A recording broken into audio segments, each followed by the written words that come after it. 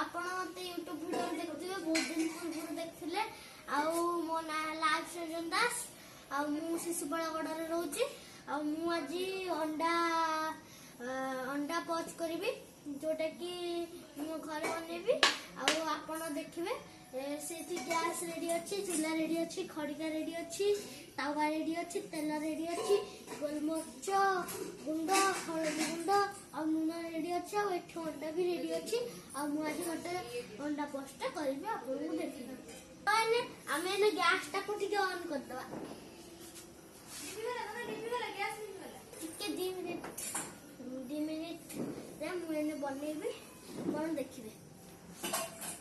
तो साग मैंने प्रथम आम टे तेल पकईदबा।